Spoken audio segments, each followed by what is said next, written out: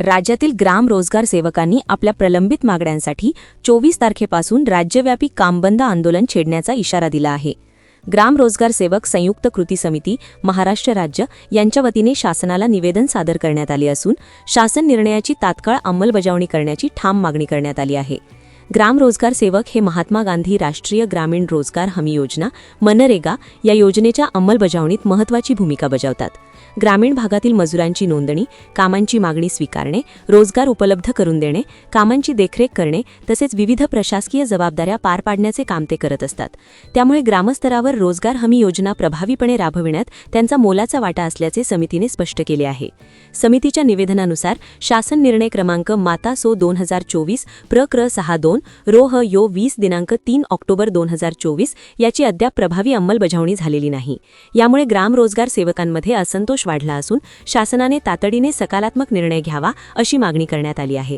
अन्यथा आंदोलन अधिक तीव्र करण्यात येईल असा इशाराही देण्यात आला आहे। राज्यातील सर्व ग्राम रोजगार सेवक एकजुटीने आंदोलनात सहभागी होणार असल्याचे सांगण्यात आले आहे। या आंदोलनामुळे ग्रामीण भागातील रोजगार हमी योजनेच्या कामकाजावर परिणाम होण्याची शक्यता वर्तविली जात आहे। त्यामुळे शासनाने वेळ न दवडता या प्रश्नावर तोडगा काढावा अशी अपेक्षा व्यक्त होत आहे। यावेळी तालुका अध्यक्ष दिनेश गायकवाड, जिल्हा सचिव अतुल पाटील, ज्ञानेश्वर पाटील आणि सुरेश पाटोळे आदी पदाधिकारी उपस्थित होते। पाचोरा तालुक्यातील जे सन्माननीय आमदार महोदय आहेत त्यांना महाराष्ट्र राज्य ग्राम रोजगार सहाय्यक संघटना जळगाव जिल्ह्याच्या वतीने आमच्या जो मागील काळात महायुती सरकारने सन्माननीय तत्कालीन मुख्यमंत्री एकनाथजी शिंदे साहेबांच्या अध्यक्षतेखाली जो आमचा फिक्स पेमेंट बाबत राज्यातील ग्राम रोजगार सहाय्यकांना 8,000 आणि 2,000 TADA इंटरनेट पॅक म्हणून जो GR काढलेला आहे, परंतु तो GR 3 ऑक्टोबर 2024 रोजी त्यांनी निर्गमित केला। पण आता त्या GRला 17वा महिना चालू आहे, ते आम्हाला त्या GRची अंमलबजावणी होऊन 1 रुपया सुद्धा मिळालेला नाही।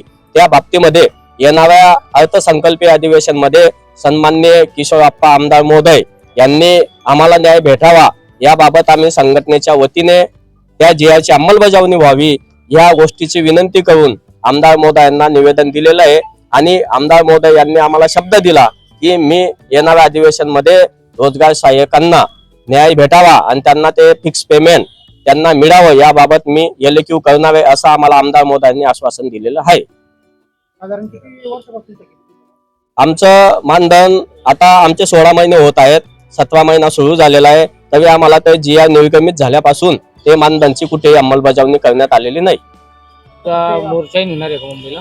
हा, त्या बाबतीमध्ये आम्ही शासनाचं लक्ष वेधण्यासाठी आम्ही 24 फेब्रुवारी 2026 ला आम्ही आझाद मैदान येथे राज्यातील आमचे 28,500 ग्राम रोजगार सहाय्यक आहेत, तर आम्ही मोठ्या संख्येने त्या ठिकाणी आमचं आंदोलन होणार आहे।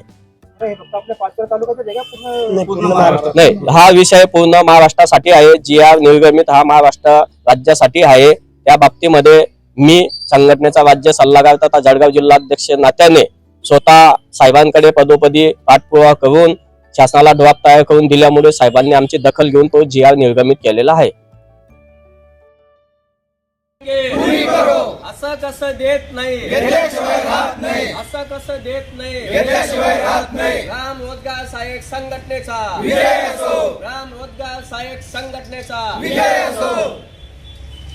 आमच्या चॅनलची बातमी आवडल्यास लाईक करा, शेअर करा आणि सबस्क्राईब करायला विसरू नका।